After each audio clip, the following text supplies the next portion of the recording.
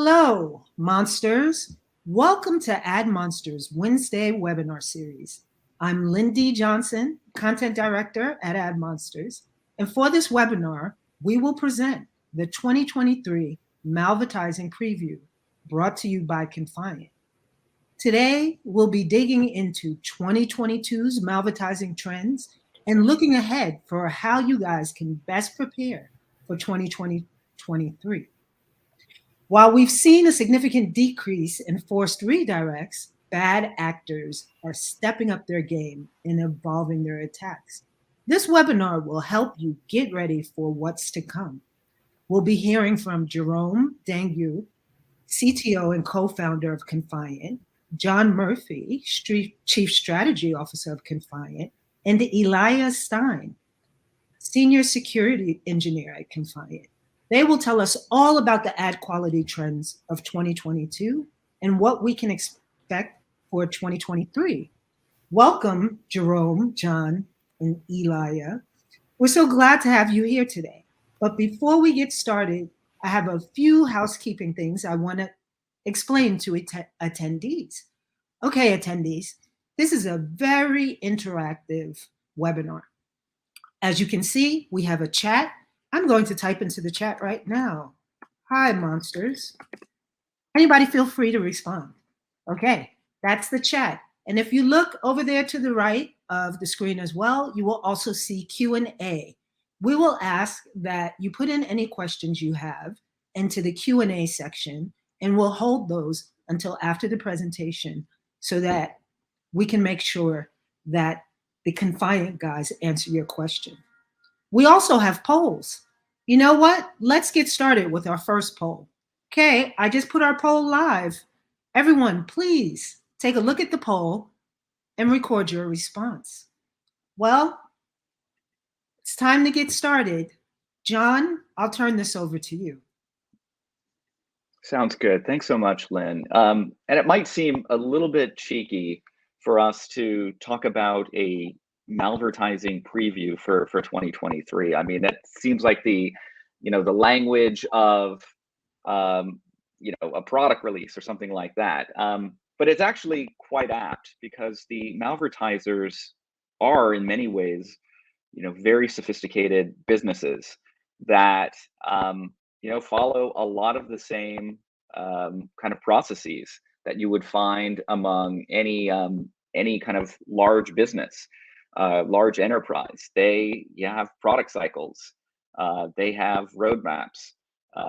They have sprints. And in a lot of ways, the Malvertisers are the most sophisticated of advertisers.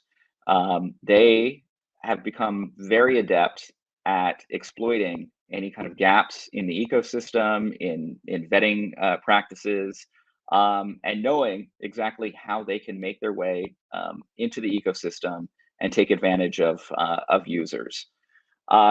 So we're going to talk about some of the trends that we have seen over 2022 and what implications that is likely to have for 2023. And as Lynn said, we want this to be an interactive session. So if you have any questions, please put them into the chat, and we'll try to get to those at the end. But to start off with the questions for Eliya and Jerome, what's happening with forced redirects? Are we still seeing a lot of them? Thank you, John. Yeah, so I think that there's a common understanding that publishers are seeing less redirects than, let's say, 2-3 years ago, when you had waves of massive redirect attacks, maybe on mobile, and then on desktop. There were different phases through these attacks. The reality is they do still exist, of course, but they've been contained in various ways. Of course, there's a much more hands-on approach from the entire ad tech industry. There's more vendors like Confiant that apply pressure on these threat actors and make it more difficult. There's also the browsers that made an impact to apply pressure Eliya, would you like to talk about that? That's your area of expertise. Yeah, for sure. I think it's very important to set the stage in saying that malvertising is an attack that takes place in the browser, and the browsers do have built-in mitigations around things like pop-ups and redirects. But a few years ago, when these attacks were the most lucrative, the attackers, as part of their repertoire, had a lot of ways to bypass these built-in mitigations. And it takes a lot of time and work to discover these bypasses and these exploits. So as time goes on and browsers strengthen these features, these types of things become a little bit less impactful. So has that really kind of solved the malvertising problem in any significant way, or have we just seen kind of changes in the approach that the malvertisers take to reach users? Yeah, I wouldn't say the problem is solved, and really an important point is that browsers are incredibly complex. So every time there's a new media format or any new technology that touches the web, browsers are very quick to adopt experimental technology. You have things like virtual reality, augmented reality, Web3. In the earlier days, you had things like Flash and PDFs. Every time this new technology is introduced, it also introduces new potential attack surface that can be abused to either mitigate existing security measures or abuse things that we thought were solved in one context but aren't. One thing that I like to talk about is that a lot of us consume web content through our phones as well, and primarily through the web browser on the phone. So what you have is a lot of different implementations of a lot of different standards and APIs, and software developers are prone to small slip-ups here and there. So there might not be a bug on Chrome desktop on Mac OS, but it might exist on your browser on Android, and it might be something that a malvertiser would take advantage of in order to serve some sort of high impact malvertisement. And the other trend that's kind of the elephant in the room here is that just like forced redirects came after a period where browsers were very vulnerable to exploit kits, and as browsers started to get safer, forced redirects were introduced by the malicious actors to drive a publisher's audience to scams. Once these forced redirects became more difficult in the last 2-3 years, we started to see this trend of clickbait. What we mean by malicious clickbait is that it's just adding one hop in the chain instead of an automation that brings all the audience to a landing page. You start by requiring a click on the ad. And when the click is about a celebrity and maybe there's some shocking photoshopped picture of the celebrity with some announcement that sounds potentially dreadful, you get click-through rates that are through the roof. We actually worked with an ad server on a threat actor we've been calling FeedScore that has been expert in running these attacks in display ads.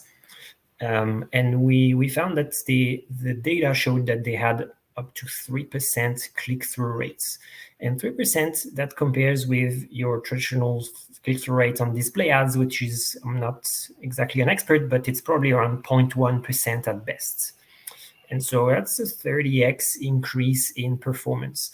The other thing that they did, that was really, really interesting, is if you think about malvertising, it's a numbers game. They want to get traffic for cheap, and if they can target individuals, that's great. But if they can't, as long as it's cheap, they will get a lot of eyeballs on their attacks.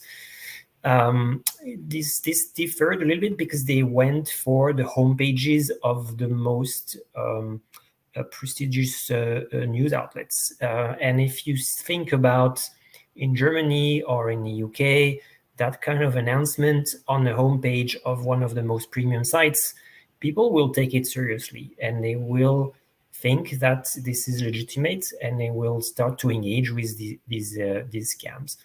The next piece of that is investment scams. As Bitcoin and cryptocurrencies gained in popularity, there's a kind of FOMO situation where people who are not into cryptocurrency, they want to understand and see what they can do with that.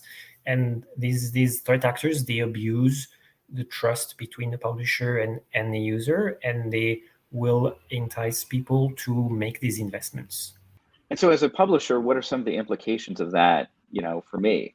I think to piggyback off of what Jerome was saying, the real thing that's being abused by malvertisers is the trust that people have in these strong online brands. So, for example, some of the screenshots we had earlier on, your computer is 20.1% infected with a virus. If you saw that randomly in a vacuum, you'd probably just smirk and move on. But if you're consuming some type of content, particularly something important, maybe with some type of urgency, on a publisher that you trust, that has a strong reputation, and you see some sort of messaging of that sort, or some sort of scam bait messaging, you might take a second to pause and take it seriously.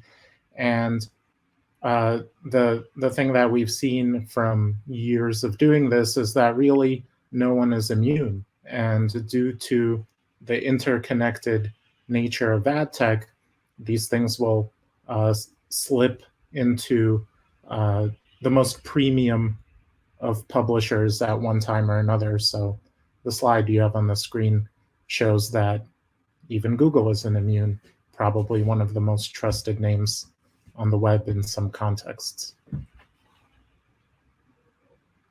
Got it. And are there? Go ahead, Jerome.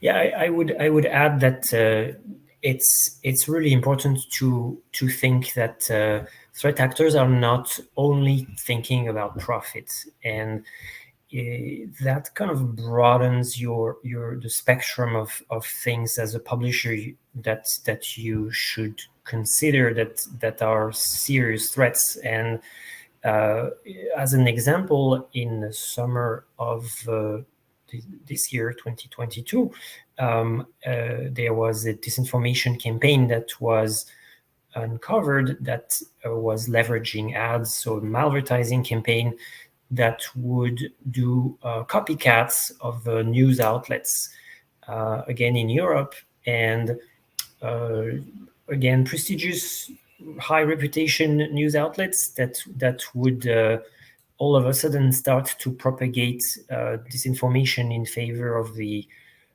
Russian invasion of Ukraine. So that research was published a few months ago. It was there is a loose attribution to Russia as a state actor. And so all of a sudden you realize as a publisher, you become exposed to these threats that are very, very serious and that potentially erode the confidence with your audience at an entirely different level. It's no longer a scam for profit. It's really sharing misinformation and at scale. Yeah, one thing that I would add as a gentle reminder, because I think we take it for granted as insiders to the in this industry, but the average person surfing the web, they are probably not aware that if they see an ad on a website, that there's not a relationship between that brand and that publisher most of the time. So that offers a lot of psychological ammunition in how malicious ads are able to be really convincing. I actually see that we have a question under Q&A, and I feel like it might be a good time to take it. The question is, go ahead, John. Yeah, so the question is, how can publishers protect their sites from showing these ads? I think we should offer some thoughts for what folks might want to do if they're not working with a security vendor, because that's, I mean, the obvious answer is, you work with someone like us, but that might not be an option for everyone for multiple reasons. And one thing that we talk about a lot is that malvertising attacks at the core are supply chain attacks at heart. So the more a publisher is able to understand the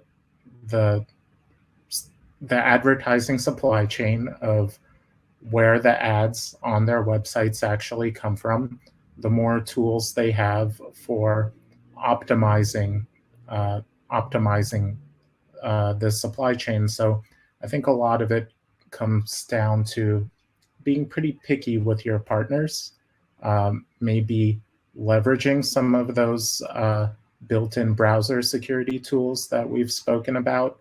So getting to know how to properly implement iframe sandboxing, maybe even encouraging your audience to update their browsers every now and then would be helpful. Things like that. I would add also having a good strategy or good processes to process your user complaints, having a pipeline where you can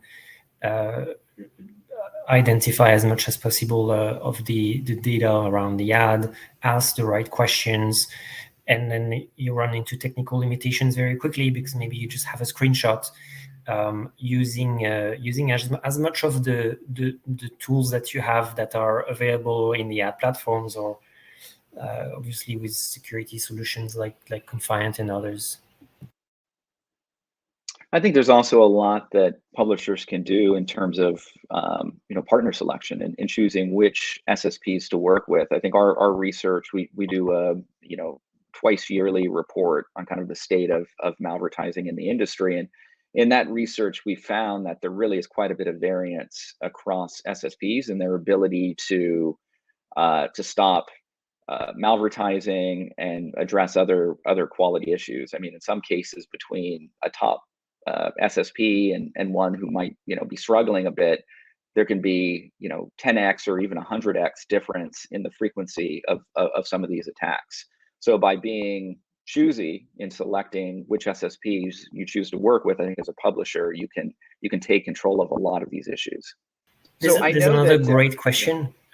Sorry, how do these creatives slip through a blocking strategy and rules set by a publisher with their indirect partners? Just wanted to cover that real quick. It goes really broad. It's all about all these techniques, tactics, and patterns that are actually here on the screen with the matrix that are employed by these threat actors, by the malvertisers, to circumvent.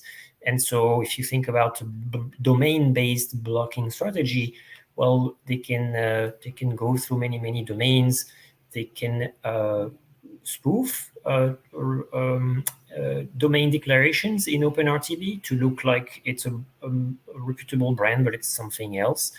Then it just keeps going. So, for example, they could do slight typos in the text, because then you could look at keywords that are sensitive. So they could introduce typos. Beyond typos, they have this concept of homoglyph. So characters from a different alphabet that are used to represent Latin characters. And then the list goes on and on and on. So that's kind of what we do on a day-to-day basis, build solutions to defend against these iterations of attacks. Yeah, I would add that if we want to lump all of these techniques under a broad term, then that term might be cloaking. So for folks that might not have heard it before, cloaking is essentially presenting something as something other than what it really is. So maybe different audiences or devices or times see a different creative or a different messaging. And if that sounds like ad tech in general, well, in a way, ad tech is that as a service. So when it comes to cybersecurity in general, hacking a system is all about understanding a system so well that you can manipulate it to do something that it's not intended to do. And the folks that run these malicious campaigns, they understand ad tech technology platforms really well in order to abuse things like targeting of this sort.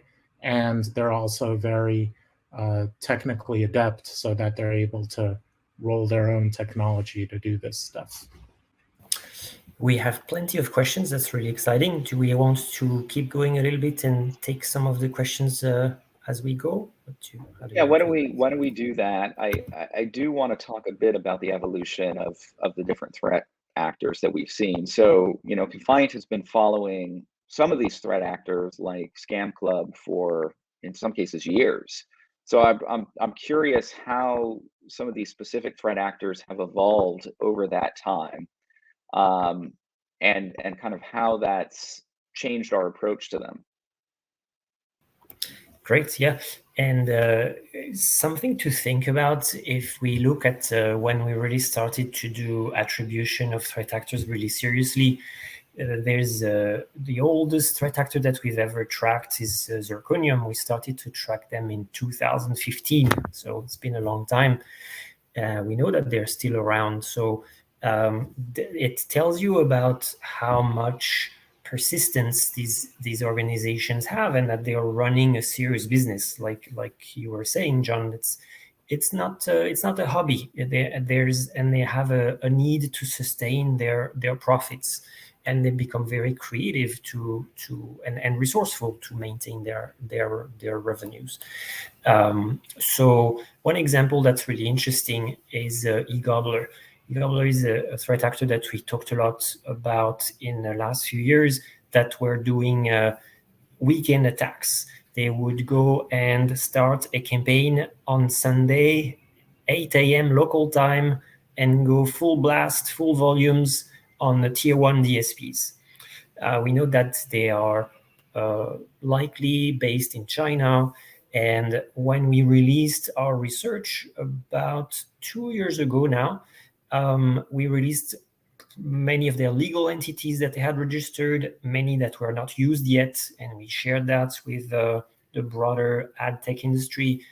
They disappeared. They disappeared for a long while, and we didn't really know what happened to them. So at some point, we were able to link activity on Facebook on malicious ads that we were able to attribute to eGobbler. And it's the story here is that it's a success story. It means that to a large extent, the industry was able to make it too hard for them to sustain a business in ad tech. And I think it's a big win for publishers and not so much for Facebook, but it's the kind of the path of least resistance. I think for DSPs, it's really interesting, and we've been talking about this kind of conundrum that they're in for years, which is that, yes, of course, in general, DSPs that are acting in good faith want to eliminate bad stuff, but it's a really tricky situation because these cybercrime groups, the way they enter ad tech is by masquerading as legitimate players. So agencies or brands that we might recognize, when you have someone approaching a DSP and offering to pay in advance to run a campaign, it's really hard to say no when someone is waving a bunch of money in your face. So in some sense, it's up to the industry to apply some pressure when needed. And I think a lot of it comes down to that understanding of the ad tech supply chain, like I mentioned earlier. So if anyone is joining from DSPs and is asking themselves, what can we do to clean this stuff up on our end? The answer is really to understand who your customers are and have high confidence in that understanding. So if someone says, hi, I'm an agency representing, brand XYZ, maybe you ask them to prove that somehow, or something along those lines. You want to be able to validate your actual buyers. I would add that just like on the technological side, this kind of social engineering to get access to platforms is also an arms race. And if coming back to this example of eGobbler that was doing attacks on weekends and blasting traffic at once as a new client of a DSP, at some point as a DSP, you realize, well, maybe I shouldn't give unlimited ability to spend as for new clients. Maybe I should try to limit the pace for these reasons. And so the arms race is going to be, well, now the threat actor is going to start to run small campaigns that are innocuous over multiple weeks, sometimes months, to build reputation and to start creating that trust with the DSP and to lift these restrictions. So at some point, there's a technological component where you really want to make sure that you have integrations with security vendors that are really tight and that you have the ability to take action, ideally in an automated way, or at least to have people on staff to be able to take action.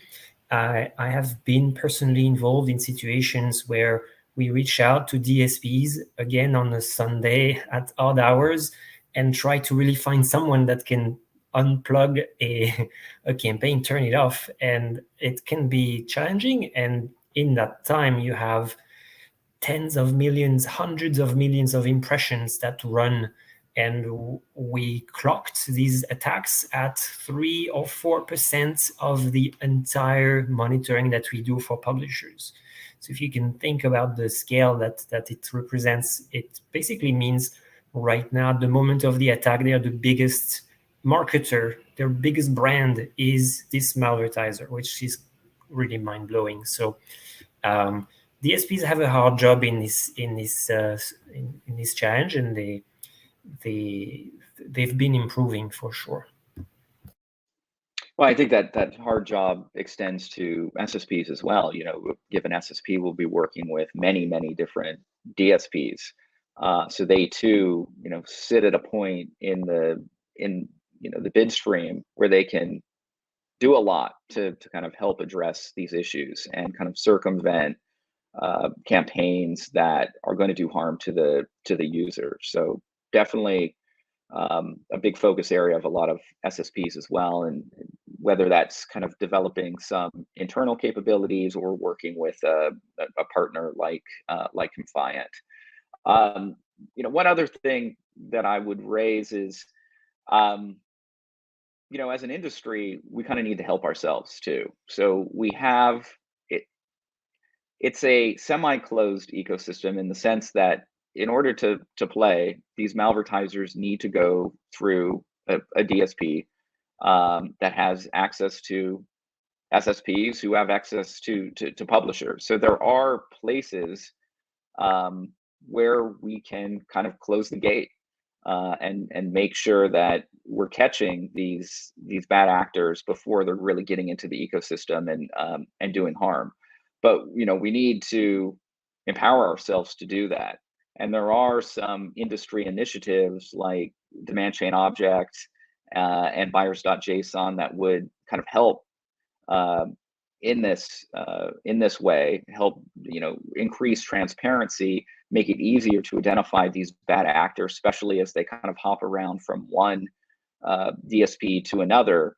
But that's only going to help if these things are adopted. And unfortunately, with those two initiatives I've just named, we've seen very little adoption.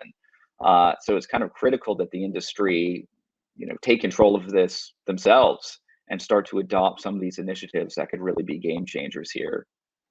Okay, continuing with the questions.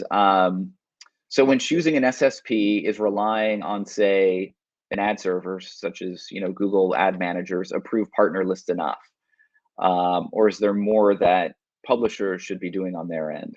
Yeah, that's an interesting one. I think that sometimes you don't even have the luxury of looking at an approved vendor list in programmatic. It's such an open environment that you could just get any buyer from any DSP at any given time. And so these initiatives like buyers.json and demand chain objects are facilitating your ability as a publisher to accept or deny specific demand at a very granular level. Some SSPs will give you a lot of granularity, some of SSPs less so, but the ability to tailor those lists to your own risk levels, risk sensitivities is really important. And I think that most SSPs will allow you to remove some specific buyers from their environment, and we encourage our clients to do that, and that's something that we help them to groom as well as needed on an ad hoc basis. Great. Well, I think that's it for questions. I posted a link in the Q&A to Ivy Tech Lab, their page dedicated to buyers.json and demand chain object. If you're interested in learning more about those and reviewing the protocols yourself, all of that information is there. But we at Confiant would also, love to have conversations with really any participants in the ecosystem that want to help, promote these initiatives. So definitely feel free to reach out to us as well. So John, Jerome, Eliya, I have a question. There was this famous conversation that Ari Paparo and LD from Confiant had on stage at AdMonsters Ops in 2021. And I think a lot of these questions kind of poke at that. There was this conversation always of like, whose fault is it anyway, right? Or whose responsibility even more, right? Like the DSPs blame the SSPs, the SSPs blame the DSPs, right? Publishers blame the advertisers, right? Advertisers blame the publishers. How can we stop this infighting and get the industry to work better together? What do you guys think about that? Well, I'm excited about this question. Thank you, Lynn. I would like to kind of point out that, the audience is the biggest asset of a publisher. That's a publisher builds an audience. That's their asset. And so protecting the audience, it starts with protecting these individuals, these users, and protecting the revenue ultimately for our publishers. So it makes sense that it starts with publishers. Does it stop at publishers? Well, they didn't really initiate these problems. They kind of have to, that puts them in a situation where they have to deal with the problems without anyone else is taking actual responsibility for these issues. I think what we're seeing more and more is that brands are becoming more and more sensitive of the user experience around their ads. And that's true for malvertising, that's true for privacy compliance. And so if you think about brand safety, it's not just like keyword blocking on pages, it's also about, well, is this page also serving kind of questionable ads on aside with my premium branded ads? And so I think that's the problem, is how do you, it's an externality for brands, like how do you bring that into the equation? And I think everyone has been wondering about this for a long time. I think if we can figure that out and align everyone on the quality of the ecosystem and remove that externality, then I think everyone wins. Okay, and I have another question that you're probably not gonna like, but I mean, are block lists outdated? I mean, as we saw during the pandemic, there was a lot of problems with quality publishers, quality premium publishers getting the revenue they deserve because of content being blocked that, was legit content. Is it time to revamp this thing, get rid of this thing? What these block lists, what should the industry be doing about block lists to make them better and more in tune to what's happening at the current time? I kind of think maybe we need to be a little bit less forgiving, because plausible deniability is at the heart of all of these ad tech issues. And like you mentioned in your first question, passing the blame. And to some extent, that's not helpful, because any well-intentioned actor in the ad tech space is a victim or will be a victim at some point. So I think there's an element of self-policing required. But on the topic of block lists, I think they're just a tool, and like any other tool, it's how you use it and what other tools you use it in conjunction with. So maybe it depends who's supplying the block list. There are certainly going to be entries on block lists that are circulating that are outdated, or that might no longer be relevant or are only relevant for an hour. So I think it just needs to be part of a broader strategy when addressing these issues. Lynn, I'm going to play along. I think that the way brand safety is operated with block lists is wrong, especially as it happens post-auction in the browser on a publisher's page. The technology that we currently have should allow this to happen pre-auction, so that the brand does not purchase an ad placement and then say, no, thanks, I'm good. I don't have to serve this ad after all, because I don't want it after all. I changed my mind. And what we're seeing is that has been quite a big topic, hot topic during COVID, where you would look at the homepage of the New York Times and see a cloud of a blocked ad, and then it's on the publishers to recover that placement that doesn't have an ad in it. So actually at Confiant, we have mechanisms to remonetize that. So that's we're very familiar with the limitations of these tactics. Oh yes, I remember those clouds on the New York Times. That was a big thing. It was like 2 years ago, right? It's terrible. I think overall, what you guys are saying is that it's time for the industry to work together, just be better about working together. And if I might ask, what would be any of you guys' top takeaways for pubs about how they can best prepare for next year? Because there are always new threat actors.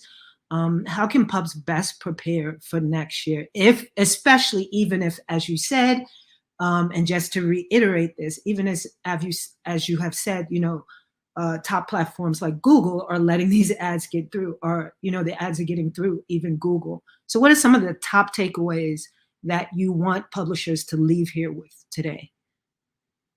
You each can go. Let's go round robin.